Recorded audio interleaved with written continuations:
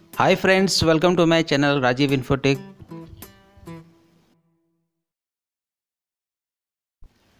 Video start करने से पहले आप लोग को ये बात मैं बता दूं कि बहुत ही जल्द Jharkhand high court assistant exam का नोटिफिकेशन आने वाला है। जिन लोगों ने मेरे चैनल को अभी तक सब्सक्राइब नहीं किया है वो प्लीज़ सब्सक्राइब कर लें, क्योंकि मैंने Jharkhand high court assistant exam जो होने वाला है, मैंने सारे टॉपिक्स पे वीडियो बनाया है। तो आप सारे वीडियोस को देख सकते हैं मेरे चैनल में आके। और जो भी मैं लेटेस्ट वीडियो जो भी अपलोड करूँगा, अगर आप लोग सब्सक्राइब नहीं करेंगे तो आप लोग उस वीडियो को देख नहीं पाएंगे, जो कि आप लोग के लिए शायद अच्छा ना हो, क्योंकि आप लोग कुछ इंपॉर्टेंट क्वेश्चन मिस कर सकते हैं। तो प्लीज़ मेरे चैनल को सब्सक्राइब कर लीजिए।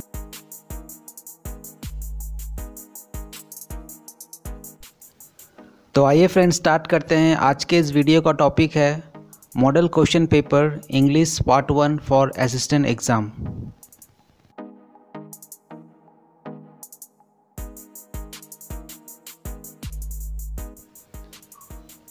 फर्स्ट क्वेश्चन है, write an essay of about 250 words on any one of the following. Total है 10 मार्क्स। फर्स्ट है empowerment of rural women, second judiciary and its working, third artificial intelligence, fourth national health protection scheme, fifth foreign policy of Modi era, sixth water disputes between states. यानी कि आपको इन 6 में से किसी एक में ऐसे लिखना है 250 वर्ड्स का, जिसका टोटल मार्क्स होगा 10।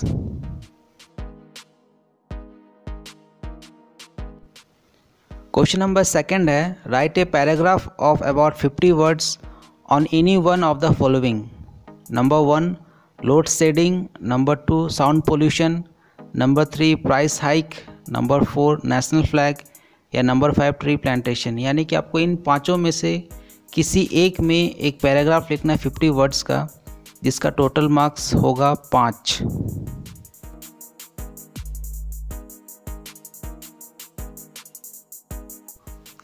नेक्स्ट है, read the passage and answer the following question. Passage है, in the past 50 years, doctors across the world have accepted the practice to prescribe antibiotics at the first sign of trivial infection or treat patients with a handful of antibiotics. These days, it is not uncommon to see practitioners prescribing multiple antibiotics without any real indication or relevance for such a combination of drugs. Antibiotics have traditionally been known as miracle drugs, but there is a growing evidence that they are overworked miracles, especially in countries like ours, where there is easy access to drugs across the counters, including antibiotics. We cannot think of a return to pre-antibiotic days, yet the unbridled use of these agents is inexorably propelling us in that direction. इस paragraph में antibiotics के बारे में बताया गया है कि आजकल बहुत ओवरडोज हो रहा है एंटीबायोटिक्स का, और डॉक्टर इसको प्रिस्क्राइब कर देते हैं कुछ भी अगर वायरल इन्फेक्शन या बैक्टीरियल इन्फेक्शन होता है तो।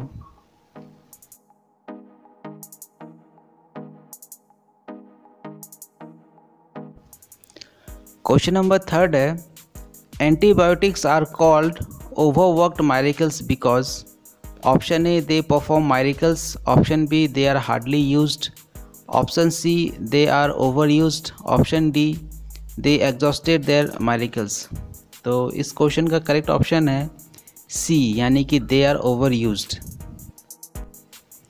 क्वेश्चन नंबर 4 है, we cannot think of a return to pre-antibiotic days means. Option A, antibiotics became indispensable. Option B, we must go back to pre-antibiotic days. Option C, we cannot stop using antibiotics. या Option D, we can stop using antibiotics. तो इस question का correct option होगा C, यानी कि we cannot stop using antibiotics.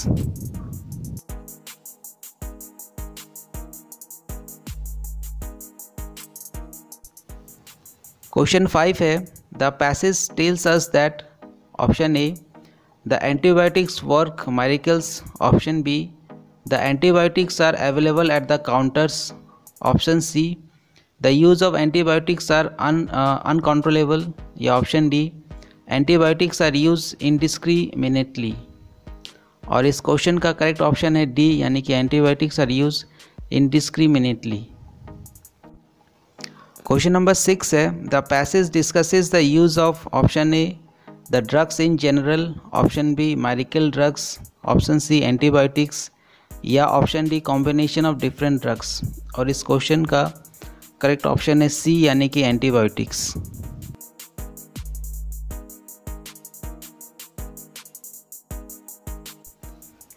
Question number 7 है These days it is not uncommon to prescribe antibiotics means, option A it is rare to prescribe antibiotics, option B it is a common practice antibiotics, option C it is not a common practice to prescribe antibiotics, या option D it is compulsory to prescribe antibiotics। इसका answer मैं नहीं दे रहा हूँ, इसका जवाब आप लोग मुझे कमेंट बॉक्स में करिएगा। अगर आपको नहीं आता है तो उसके बाद मैं इसका करेक्ट ऑप्शन आपको बता दूंगा। क्वेश्चन नंबर 8 है dash it is a reputed brand, comma dash my whole family likes it, comma and dash it is available without much difficulty. Choose the correct option. Option A है firstly, secondly, thirdly, option B है first, secondly, thirdly, option C है firstly, second, thirdly, या option D है firstly, secondly, third. इसका भी correct answer मैं नहीं बता रहा हूँ, आप लोग मुझे इसका आंसर कमेंट बॉक्स में करिएगा।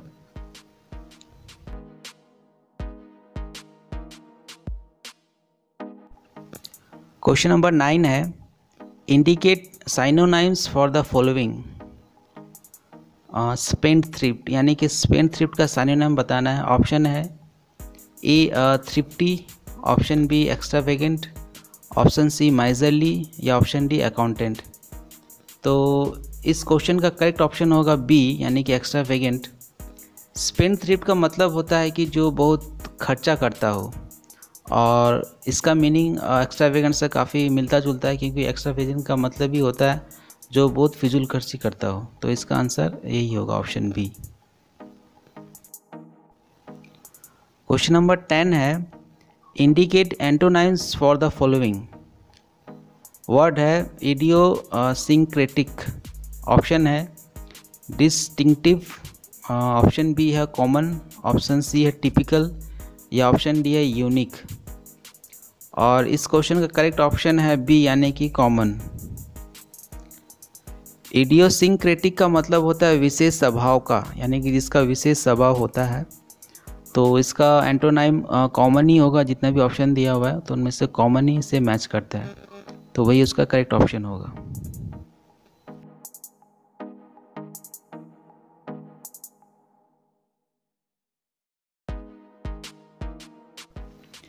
क्वेश्चन नंबर 11 है in the following question 4 alternatives are given for the idiom oblique phrase in bold in sentence. Choose the alternative which best expresses the meaning of the idiom phrases as your answer. हम लोग का sentence है rides the high horse. Option है inferior, option B proud, option C superior, या option D great. और इस question का correct option होगा सी, यानी कि सुपीरियर। देखिए इस इडियम का मीनिंग होता है, पुराने ज़माने में घोड़ा बहुत इम्पॉर्टेंट जानवर था। तो जो उच्च कोटि का घोड़ा होता था उसका सवारी वही लोग करते थे जो सुपीरियर होता है, यानी कि किंग, यानी कि किसी राज्य का जो सबसे अच्छा घोड़ा होगा वो किंग ही उसका सवारी करता था, जो कि पूरा राज्य का सुपीरियर होता था। तो इस क्वेश्चन का सही ऑप्शन होगा सुपीरियर।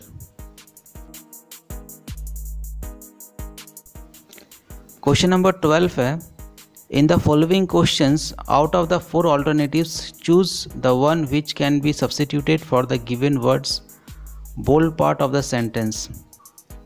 सेंटेंस हम लोग का an office with a salary but no work. Option A है रिटाइसेंट, ऑप्शन बी है सेनिक्यूर, ऑप्शन सी है स्टोइक, या ऑप्शन डी है इंसॉल्वेंट।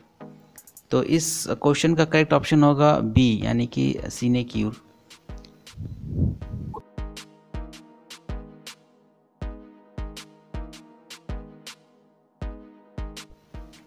क्वेश्चन नंबर 14 है, when I first came to Ranchi I only dash staying for a short time. Option A है predicted, option B है forecast, option C है envisaged या option D है none. तो इस क्वेश्चन का करेक्ट ऑप्शन होगा सी यानी कि एनविसेस्ड। यानी कि क्वेश्चन ये बोल रहा है कि जब मैं पहली बार रांची आया तो मैंने सोचा कि मैं यहाँ पर थोड़े टाइम के लिए ही रहूँगा। तो एनविसेस्ड का मतलब होता है परिकल्पना करना या सोचना। तो इस क्वेश्चन के अनुसार हम लोग का सही ऑप्शन होगा एनविसेस्ड। नेक्स्ट क्वेश्चन है direction, question number 15 to 19, identify the correct word to complete the analogy. तो क्वेश्चन नंबर 15 है, इस्थमस इज टू सी, तो स्ट्रेट इज टू क्या होगा। ऑप्शन ए है लैंड, ऑप्शन बी है डेजर्ट, ऑप्शन सी है grassland या ऑप्शन डी है स्काई। तो इस क्वेश्चन का करेक्ट ऑप्शन है ऑप्शन ए यानी कि लैंड। तो आइए जान लेते हैं इस्थमस क्या होता है। इस्थमस वो ज़मीन का टुकड़ा होता है जो दो बड़े बड़े समुद्रों को अलग करता है, और स्ट्रेट वो पानी का हिस्सा होता है जो दो बड़े बड़े लैंड मासेस के बीच में होता है। तो जैसे कि इस्थमस रिलेट हो रहा है सी से, वैसे स्ट्रेट रिलेट होगा हम लोग का लैंड से।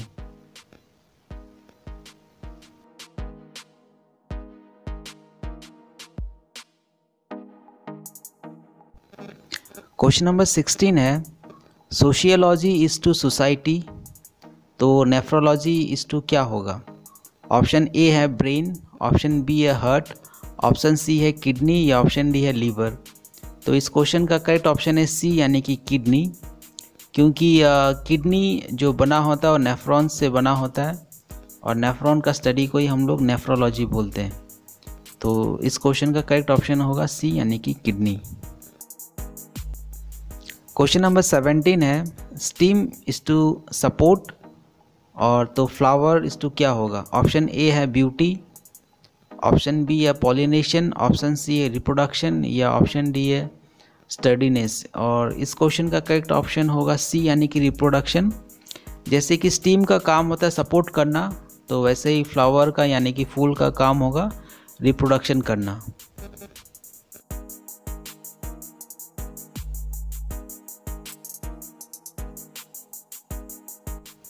क्वेश्चन नंबर 18 है, ट्रीज इज टू बनियान, और तो पोइट्री इज टू क्या होगा। ऑप्शन ए है वर्स, ऑप्शन बी है सोनेट, ऑप्शन सी है राइम या ऑप्शन डी है मेलनकॉली। तो इस क्वेश्चन का करेक्ट ऑप्शन होगा बी यानी कि सोनेट। जैसे कि बनियान एक पेड़ का नाम है, वैसे ही जो सोनेट होता है वो भी पोएम होता है जिसको हम पोएम बोलते हैं। तो ये पोइट्री इसका सही ऑप्शन होगा। क्वेश्चन नंबर 19 है, हाउस इज टू सेफ्टी, तो अल्कोहल इज टू क्या होगा। ऑप्शन ए है टेस्ट, ऑप्शन बी है हेल्थ प्रॉब्लम, ऑप्शन सी है इंसोम्निया या ऑप्शन डी है इनसेंसिटिविटी। तो इस क्वेश्चन का करेक्ट ऑप्शन है डी यानी कि इनसेंसिटिविटी। जैसे हाउस हम लोग घर में रहते हैं क्योंकि घर का काम होता है हमें सेफ्टी प्रोवाइड करना, वैसे हम लोग अल्कोहल जो इस्तेमाल करते हैं दवाइयों में, तो उसका काम ही होता है कि जब वो बॉडी में जाए तो इनसेंसिटिवनेस हम लोग को बॉडी में दे।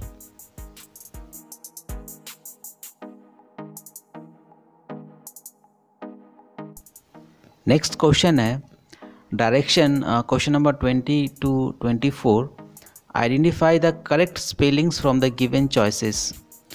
ऑप्शंस आपको दिख रहे होंगे स्क्रीन में।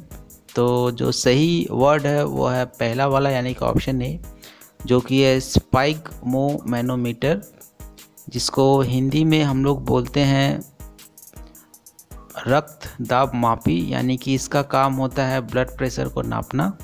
तो यही हम लोग का करेक्ट ऑप्शन होगा यानी कि ए। क्वेश्चन नंबर 21 का जो वर्ड है वो है कैलीपीजियन। तो इन चारों ऑप्शन में से ऑप्शन डी सही होगा। कैलीपीजियन का मीनिंग होता है जिसका वेल शेप्ड बॉडी हो।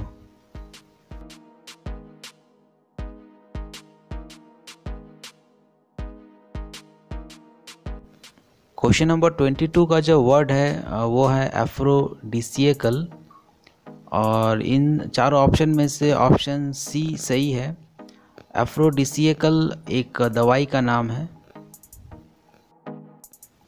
क्वेश्चन नंबर 23 है, और क्वेश्चन नंबर 23 का जो वर्ड है वो है इन वेटरेट, और इन चारों ऑप्शन में से ऑप्शन बी सही है। इन वेटरेट का मतलब होता है जो बहुत कट्टर या बहुत जिद्दी हो।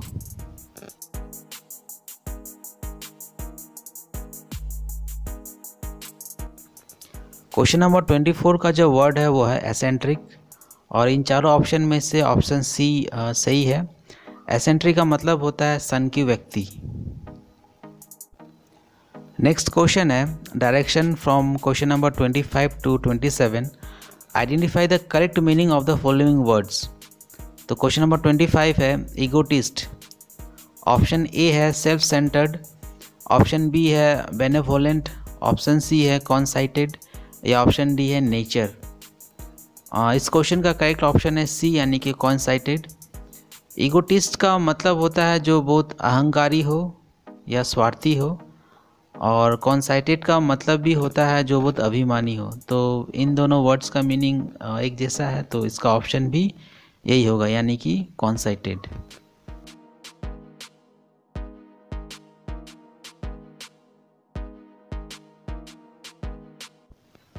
क्वेश्चन नंबर 26 है, जो वर्ड है वो है मिसोगैमिस्ट। ऑप्शन ए है missing female company, option B है one who hates marriage, option C है ड्राइविंग फोर्स, या ऑप्शन डी है वन हु हेट्स वोमेन। तो मिसोगैमिस्ट का मीनिंग ही होता है कि जिसे शादी से नफरत हो।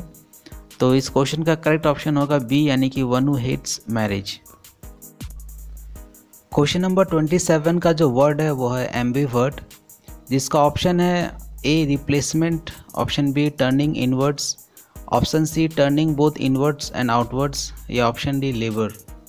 एम्बिवर्ट का मतलब होता है कि जिसमें नेगेटिव और पॉजिटिव पॉइंट्स दोनों हो। तो अगर हम ऑप्शंस में देखें तो हम लोग का ऑप्शन सी इसमें सही बैठता है, यानी कि यही हम लोग का सही ऑप्शन होगा, यानी कि turning both inwards and outwards.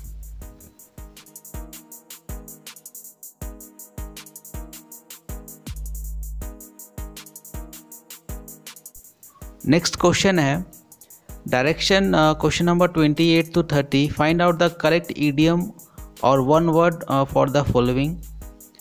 तो क्वेश्चन नंबर 28 है beating around the bush. Option A है मेन पॉइंट, ऑप्शन बी है टॉकेटिव, या ऑप्शन सी है अवॉइडिंग द मेन पॉइंट, या option D none of the above. Beating around the bush का मतलब होता है कि अगर आप सही मुद्दे पे ना बात कर कर इधर उधर के बातों में आप फंसे रहें, तो हम लोग का सी इसमें सही होगा यानी कि avoiding the main point. Question number 29 है डेविल्स एडवोकेट। इसका ऑप्शन है A to present a counter argument, या option B to present argument, या ऑप्शन सी टू डिसएग्री, या option D none of this. Devil's advocate का मतलब होता है कि अगर आप आर्गूमेंट करें, यानी कि अगर आप जो दोषी है अगर आप उसका एडवोकेसी करते हैं तो वही होता है डेविल्स एडवोकेट। तो हम लोग का जो ऑप्शन ए है वो इसमें सही होगा, यानी कि to present a counter argument.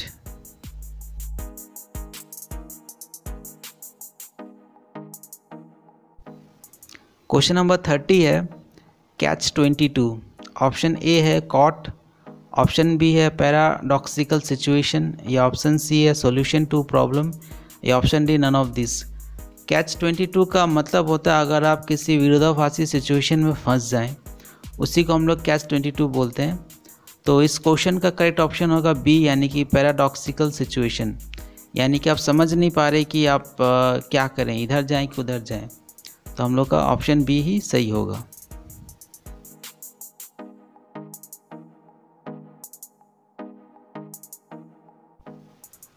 Thanks for watching my video. Please मेरे वीडियो को शेयर भी करें और लाइक भी करें, और अगर मेरा वीडियो पसंद आए तो प्लीज़ मेरे चैनल को सब्सक्राइब भी करें। Thank you.